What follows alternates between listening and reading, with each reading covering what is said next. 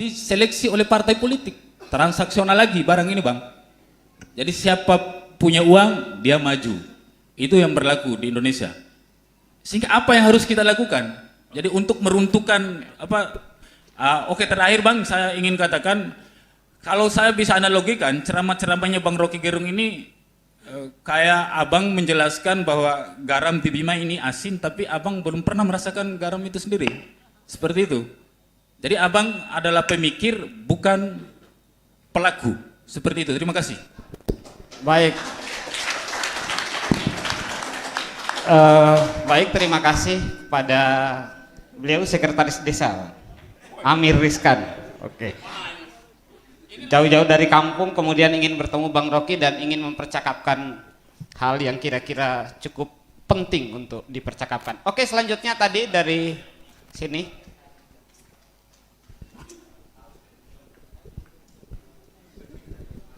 Cek, terima kasih. Assalamualaikum warahmatullahi wabarakatuh. Selamat malam, salam sejahtera buat kita semua. Bung Rocky, saya nggak tahu harus berkata apa pada malam hari ini. Saya mendapat satu kebahagiaan tersendiri ketika bertemu dengan idola saya. Saya pengikut setia YouTube-nya Bang Rocky bersama Hersubeno Arif dan lain-lain itu. Yang pasti secara keyakinan mungkin kita beda Pak. Tapi di himpunan ini melindungi seluruh entitas apapun, termasuk Bang Rocky dilindungi. Saya sengaja menggunakan pakaian ini di tengah keramaian orang membicarakan radikalisme. Gitu. Saya pakai kopiah yang asli dari Gorontalo, kemudian menggunakan baju koko yang seringkali orang anggap sebagai kardun. Gitu. Hal seperti inilah yang sesungguhnya saya ingin sampaikan bahwa berjumpa dengan abang itu ada satu oase baru yang saya dapatkan di malam hari ini. Ada energi, ada ilmu, ada kebahagiaan. Secara pribadi terlepas dari bagaimana teman-teman yang lain memandang sudut pandang Bang Rocky dalam perspektif demokrasi, ekonomi dan filsafat sebagai sebuah panduan dalam melihat problem keindonesiaan. Itu yang pertama. Yang kedua, semakin saya menonton YouTube-nya Bung Rocky, semakin saya pesimis tentang Indonesia kita gitu. Apakah Indonesia ini ada harapan untuk maju? Di depan sana semua orang bermimpi tentang Indonesia. Tapi ketika melihat pidato, ceramah dan diskusi yang sering saya ikuti di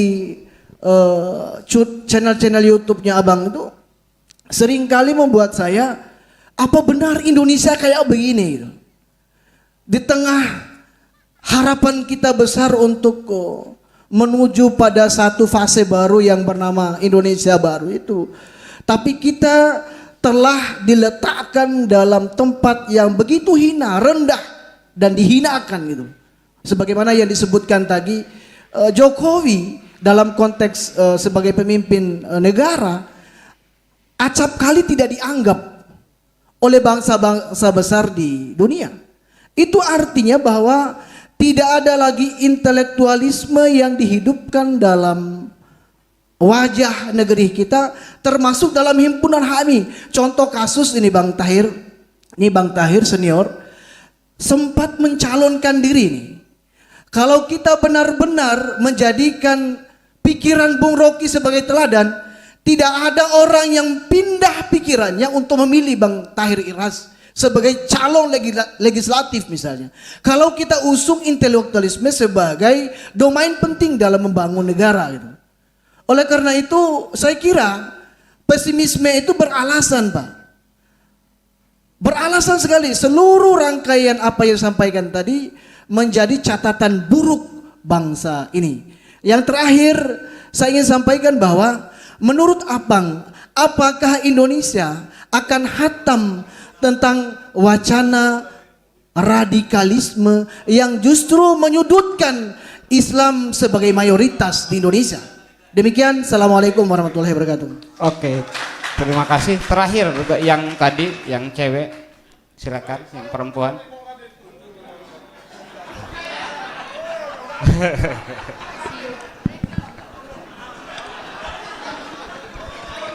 Silakan.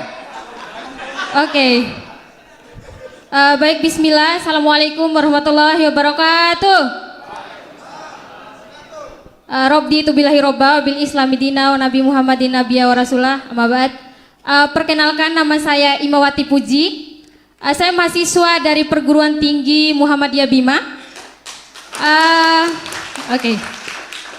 Jadi saya pernah mengingat kata-katanya Bang Rocky Gerung itu begini. Perempuan itu indah sebagai fiksi dan berbahaya sebagai fakta. Oke. Jadi saya pribadi sangat membantah itu karena dari dulu saya mendengar kata-kata itu saya sedikit emosi karena saya pribadi tidak seperti itu. Oke. Tapi hari ini saya ingin mendengar maksud dari kata-kata itu ya bisa dijelaskan sedikit, Bang Dah. Jadi bukan itu maksud saya, tapi pertanyaan saya ini mengenai Indonesia kita. Indonesia kita. Saya pernah membaca artikel dan ini sebagai isu nasional saya rasa seperti itu. Indonesia emas di tahun 2045. Jadi saya rasa isu itu isu yang sangat prediksi yang tidak bisa kita katakan itu benar dan tidak akan terjadi, bukan itu. Tetapi begini, saya ingin menanyakan kepada Bang Rocky Gerung, apakah gaya kepemimpinan pemimpin yang sedang memimpin itu berpengaruh terhadap terjadi dan tidaknya prediksi dari para elit-elit itu mengenai Indonesia emas di tahun 2045? Itu kemudian kalau kita kaitkan dengan kepemimpinannya Jokowi saat ini, saya rasa tidak sukses, dan yang ada di ruangan ini pun sangat membantah sukses dan gagalnya, tidak sukses dan gagalnya kepemimpinan Jokowi. Mungkin itu, tetapi saya ingin mengungkapkan kata-kata terakhir saya untuk Bang Rocky Gerung. Terima kasih sudah datang mengindahkan bumi Bima. Kalau kata-kata saya itu Bang Rocky itu indah sebagai fiksi dan fakta. Mungkin itu saja. Billahi fisabilillah fastabiqul khairat. Wassalamualaikum warahmatullahi wabarakatuh. Baiklah, waalaikumsalam warahmatullahi wabarakatuh. Jadi ternyata Bang Rocky diandaikan indah sebagai fiksi juga fakta. Jadi dua-dua ya. Baik, langsung saja barangkali kita serahkan kepada Bang Rocky untuk menanggapi pikiran-pikiran, kegelisahan-kegelisahan yang muncul di ruangan ini. Silakan, Bang. Oke. Ini kalimat terakhir siapa namanya tadi? Puji ya. Kalimat terakhir Puji sesuai namanya, dia memuji. Dan itu bisa bikin saya batalkan penerbangan besok.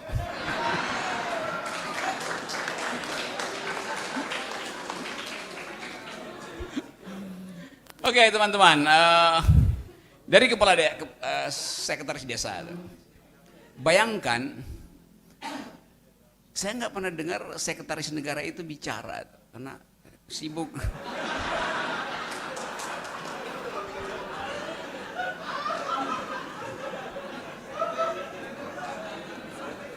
Pak Pratikno. Jadi kalau semua sekretaris desa 20% aja secerdas kamu, nggak ada masalah Indonesia. Kan dia datang dengan satu problem mengkritik saya karena saya terlalu normatif itu. Padahal standar kritik itu memang terhadap norma tertinggi. Sekarang saya mulai balik kritik kamu ya. Sebab kalau kamu bilang bahwa saya terlalu mengangan-angan, oke. Kebalikannya atau dialektikanya harusnya saya membumi kalau begitu. Kalau begitu kita lupakan yang angan-angan sebagai parameter pengujian, kita pergi pada fakta politik. Politik hanya tumbuh kalau udah amplop. Itu faktanya kan. Maka mari kita bikin poster besar, tempel di desa Anda itu. Kami, desanya namanya apa? Desa Rate. Karate. Drate.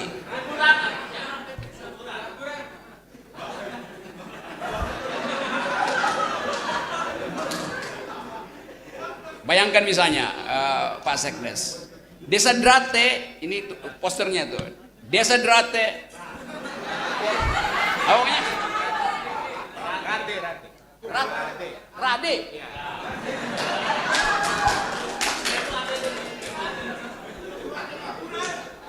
Desa Rade,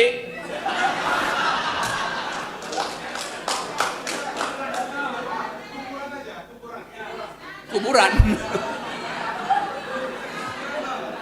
Jangan kita kubur pikiran bagus ini.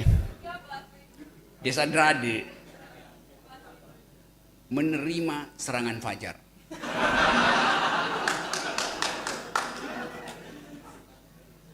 Gitu, tertanda Sekdes.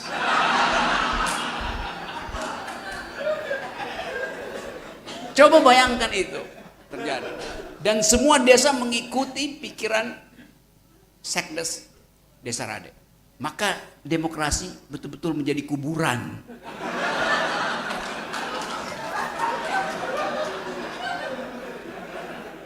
Iya.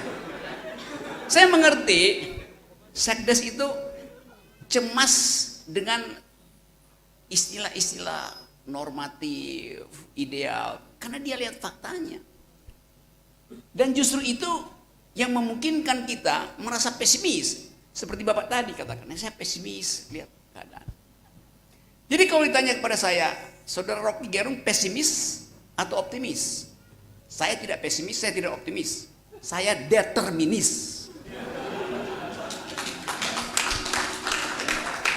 Saya punya determinasi untuk menghidupkan kembali pikiran dalam politik Indonesia. Nah, determinasi itu yang saya minta dibantu oleh determinan-determinan di ruangan ini. Kan begitu caranya.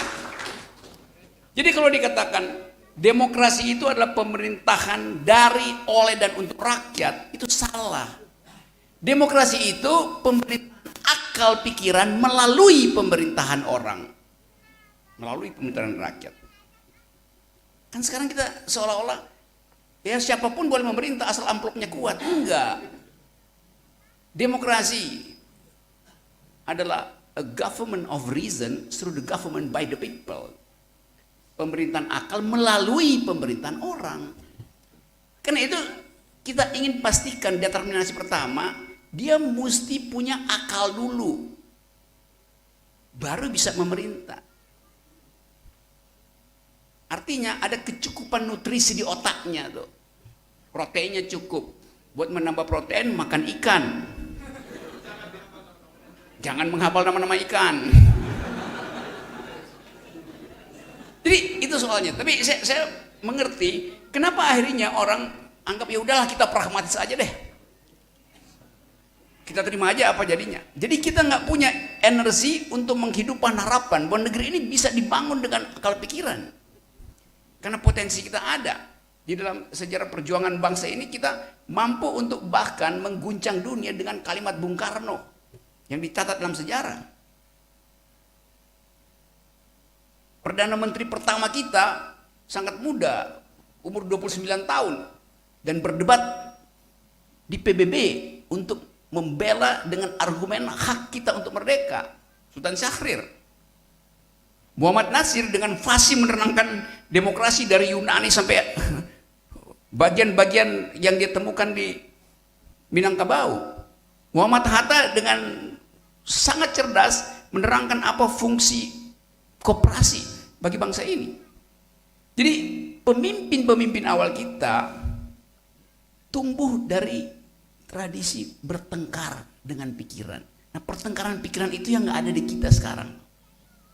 Karena disulap oleh big data seolah-olah. Big data itu kan ngapain kita percaya pada big data sesuatu yang nggak pernah kita pertengkarkan gitu kan, dan nggak boleh kita pertengkarkan. Bahkan kita minta bertengkar, Pak Luhut bilang enggak, itu rahasia kita. Lalu bagaimana mempertengkarkan hasil riset kalau itu disebut rahasia? Jadi itu poin pertama, dan yang ini kita pastikan hari ini bahwa kita memang perlu parameter untuk menguji keadaan real kita. Jadi harapan hanya bisa kalau kita maksimalkan abstraksi kita bahwa kita bisa mencapai itu kalau bagian-bagian yang tadi memperburuk demokrasi kita hilangkan. Itu. Jadi dimensi pertama adalah keyakinan kita bahwa kita bisa melakukan perubahan itu. Nah itu yang membuat saya selalu berbahagia kalau bertemu dengan publik semacam ini. Publik yang resah, tapi sebetulnya keresahan itu bisa orang yang resah atau dia bunuh diri atau dia bunuh orang lain. Mending kita bunuh orang lain daripada kita bunuh diri. Membunuh artinya membunuh, ya bukan membunuh secara fisik, membunuh kekuasaan yang bersembunyi dalam modal, bersembunyi di dalam jabatan, bersembunyi dalam feodalisme, kan itu artinya. Itu yang mau kita pangkas sebetulnya. Jadi sekali lagi, kemampuan itu yang juga kita inginkan datang dari kepemimpinan lokal. Kurang sekali kita beri kesempatan pada pemikir lokal untuk tampil menjadi penyelamat ide, minimal penyelamat ide itu. Harusnya malam ini kita rapat aja untuk menentukan siapa yang mesti kita singkirkan pertama dari pertarungan politik. Lebih gampang begitu. Daftar penyingkiran. Oke, satu hal mungkin yang mesti kita perhatikan adalah apa namanya nih, potensi permainan politik yang akan dimunculkan kembali, karena kan setiap kali keadilan sosial tidak bisa dipenuhi, lalu negara mulai mengajari kita tentang nasionalisme, stabilitas. Padahal sebetulnya yang real kita adalah ketidakadilan. Dan ada hal yang ingin saya jawab sebetulnya secara jujur, tapi saya belum dengar pertanyaannya. Silakan.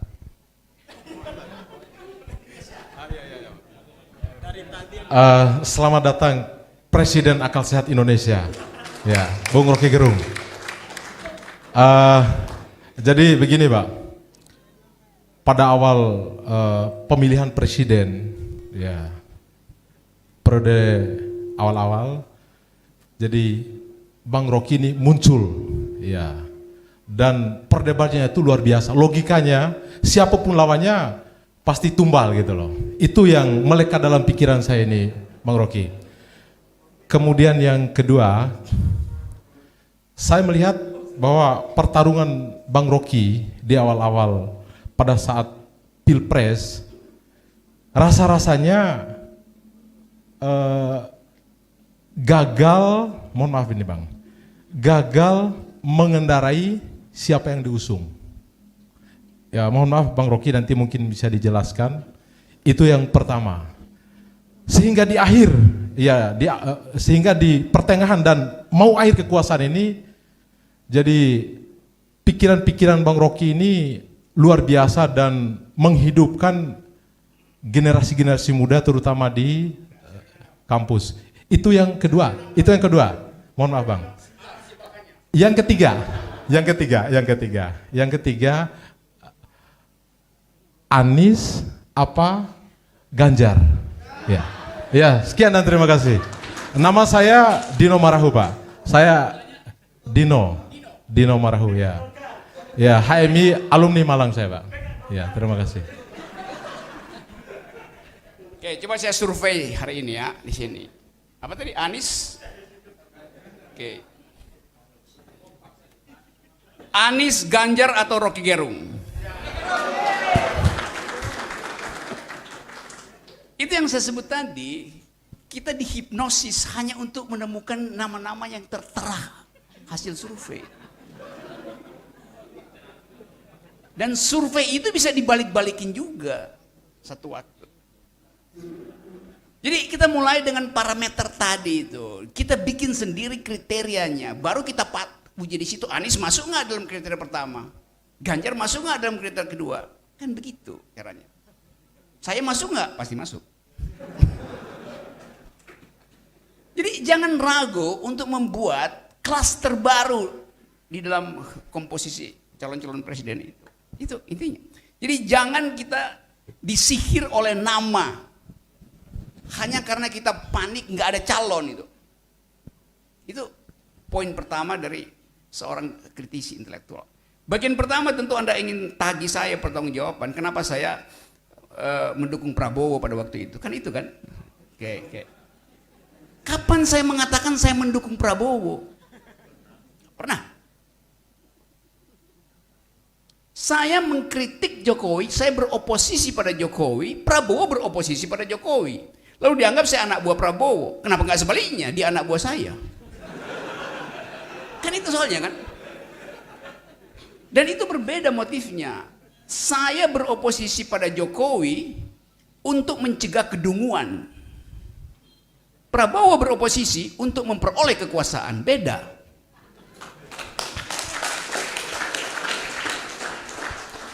Dan sekarang Prabowo dapat kekuasaan. Pada waktu itu saya bilang, Pak Prabowo, bila Anda jadi presiden, 12 menit setelah antara dilantik, saya akan kritik Anda. Itu janji saya waktu kampanye terakhir mereka. Karena mereka undang saya jadi pembicara, saya bilang enggak, saya akan kritik. Dan betul, dia nggak jadi presiden tapi jadi menteri pertahanan. Bener, 12 menit setelah dilantik saya kritik. Dimuat di Detik. Rocky Gerung minta agar supaya Prabowo diusir dari kabinet. Itu headline-nya. Lalu saya mau dipolisikan oleh Gerindra. Iya, saya bilang. Dan Pak Prabowo minta saya bertanggung jawab. Saya bilang, saya datang, saya bertanggung jawabkan dalam forum Partai Gerindra kan. Dan Pak Prabowo fair. Dia terangkan kenapa dia mesti masuk. Saya bilang, itu urusan Anda. Tapi poin saya tetap, saya beroposisi pada siapapun yang berupaya untuk memanipulasi opini publik pada waktu itu. Jadi saya nggak pernah mendukung Pak Prabowo nggak pernah mendukung saya juga sebetulnya. Karena kita akhirnya berselisih. Tapi kemudian Pak Prabowo menganggap di depan forum, Pak Rocky itu memang intelektual. Jadi udah jangan dilaporkan polisi, kan begitu. Ya ada yang lain, laporin saya polisi. Sampai sekarang laporan polisi 30 berkas kali itu. Capek lah polisi bongkar itu kan. Jadi itu fairnya. Saya tetap berteman dengan Pak Prabowo, masih bicara-bicara. Dan saya hormati dia memilih itu, oke. Dan mungkin ada hal strategis yang beliau masih simpan, ya silahkan aja.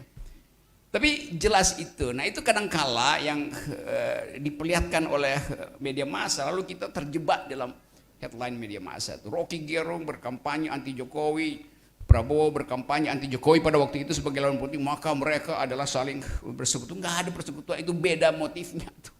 Saya ingin agar supaya kekuasaan tidak didalangi oleh si dungu.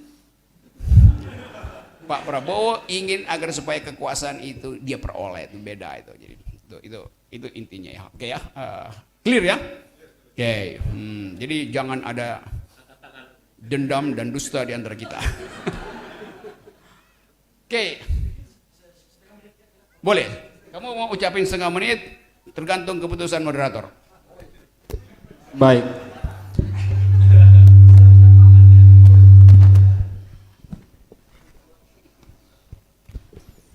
Baik, sebelum kita lanjut, saya mungkin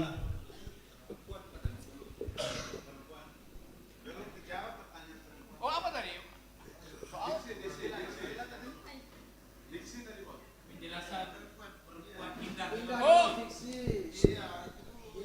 Saya sengaja nggak jawab supaya orang lupa, ternyata diingat juga ya. Itu sebetulnya dalam satu acara talk show, orang tanya apa pendapat Pak Rocky tentang perempuan. Kan saya nggak serius mengatakan, walaupun sekarang jadi problem. Iya, pada waktu itu saya baru baca statistik perceraian di sebuah daerah di Indonesia loh, dan ternyata angka perceraiannya itu melampaui angka perkawinan.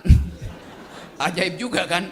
Jadi ada perceraian berkali-kali, dan di dalam statistik itu diterangkan yang minta bercerai justru perempuan. Lalu saya bikin frase itu, perempuan apa tadi? Indah sebagai fiksi, berbahaya sebagai fakta. Itu sebetulnya satir kecil aja tuh. Tapi sebetulnya kita mesti baca between the line, bahwa di dalam, kalau saya lanjutkan keterangannya, seringkali dalam politik perempuan itu dianggap sebagai makhluk yang berbahaya karena bisa menseduce kekuasaan itu. Dalam bahasa Perancis ada yang disebut femme fatale.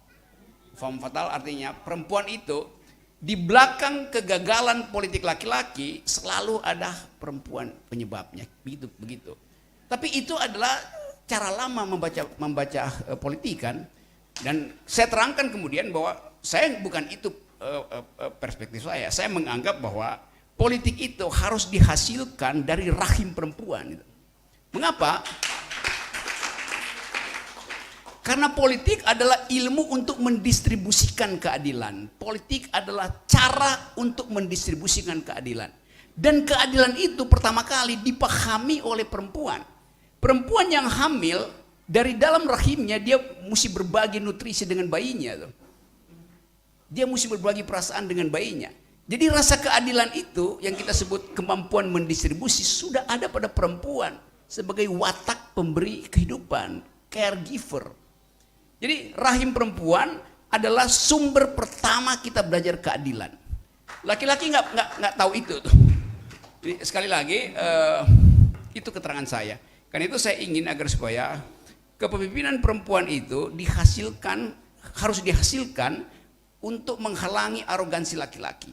Dan itu dibuktikan di dalam banyak riset. Kita tahu dulu Muhammad Yunus, Profesor Muhammad Yunus yang dapat Nobel ilmu ekonomi itu di Pakistan. Dia bikin riset dan dia temukan bahwa kredit yang diberikan pada perempuan 99% balik. Tapi yang diberikan pada laki-laki cuma 40% yang balik. Jadi perempuan mampu untuk mengatur keadilan sosial dan kita memahami ketidakadilan justru dengan bertatapan mata dengan perempuan. Kita tahu bahwa ada ketidakadilan ketika si perempuan memperlihatkan warna matanya itu. Kita nggak perlu baca statistik APBN untuk tahu ada ketidakadilan. Jadi itu intinya. Dan lebih dari itu saya percaya sekarang politik mak-mak, politik perempuan itu sangat maju. Dulu perempuan disebut sebagai orang yang nggak bisa bicara itu, the unspeakable. Sekarang perempuan, Anda buktikan tadi, orang yang tidak bisa kita cegah lagi untuk berbicara. The unstoppable. Jadi perempuan dari the unspeakable sekarang menjadi the unstoppable. Karena itu hati-hatilah para laki-laki, kalau perempuan bicara dari dalam dirinya ada politik keadilan.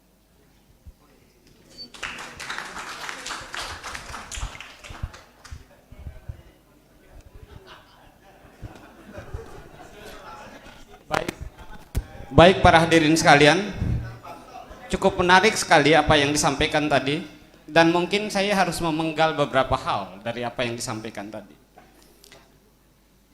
Ada kata-kata yang sering sekali diucapkan, misal soal arogansi, dan berkenaan dengan demokrasi disebutkan tadi harusnya titik berangkatnya pada pemerintahan akal pikiran. Tapi kemudian ada fakta lain yang diungkapkan oleh Sekdes tadi. Kalau yang saya tangkap, saya sebut mungkin dalam bahasa yang lain semacam anarkisme yang sistemik dalam praktek demokrasi kita. Nah, tapi ada hal lain yang cukup menggelisahkan juga saya tadi ketika diucapkan berkenaan dengan aspek lokalitas, keluhuran lokal, kehadiran tokoh-tokoh lokal sebagai penyelamat ide di tengah kegersangan keteladanan, kegersangan intelektual saat ini. Dan saya terus terang termasuk baru belajar ulang bahasa ibu, bahasa Bima, Bang Rocky. 7 tahun ini, dan saya dapati ada hal-hal yang menyangkut keluhuran universal tumbuh di atas tanah ini. Misalnya berkenaan dengan aspek kepemimpinan, diandikan sebegini pemimpin itu. Dumudou inampu baweki marimpa nde batu welelena nde siri wenggawona. di dalamnya mungkin orang-orang yang ada di dalam ruangan ini sudah asing dengan kata-kata yang saya sebutkan itu. Itu semacam kata-kata purba yang sudah jarang dipercakapkan. Jadi kalau secara liter teks, dumudou itu semacam pucuk manusia. Dumudou, itu manusia. Doumbojo manusia bima. Danambojo tanah bima, bumi bima. Jadi ada konsep tentang pucuk manusia di tanah ini, Bang Rocky. Kemudian inampu baweki merimpa. Jadi semacam pangkal sumber dari seluruh diri adalah dia yang memimpin. Ndepatu ya lelena untuk diikuti arah condongnya. Jadi ada konsep keteladanan dalam konsep kepemimpinan dan keluhuran lokal itu. Ndek siri yang gawona, dia semacam langit yang memayungi dan di dalamnya bisa tumbuh kesejahteraan, ketentraman, kebahagiaan, keceriaan berkat dia. Kira-kira kayak gitu terjemahannya. Dan barangkali kalau kemudian Bang Rocky selalu sebut akal pikiran, negeri Bima ini yang negeri yang bisa disebut mungkin negeri hati. Hati yang nurani. Jadi kesadaran yang tumbuh di atas tanah ini adalah kesadaran hati yang nurani, yang dia sebut dengan Pae Ade. Jadi orang-orang Bima sering sekali mempercakapkan Pae Ade, Pae Ade, Pae Ade, dan saya menerjemahkan Pae Ade itu dengan kesadaran nurani, kesadaran hati, kesadaran ruhani, kesadaran batin, kira-kira begitu Bang Rocky. Barangkali saya serahkan ke Bang Fis untuk mempercakapkan beberapa hal mungkin yang tadi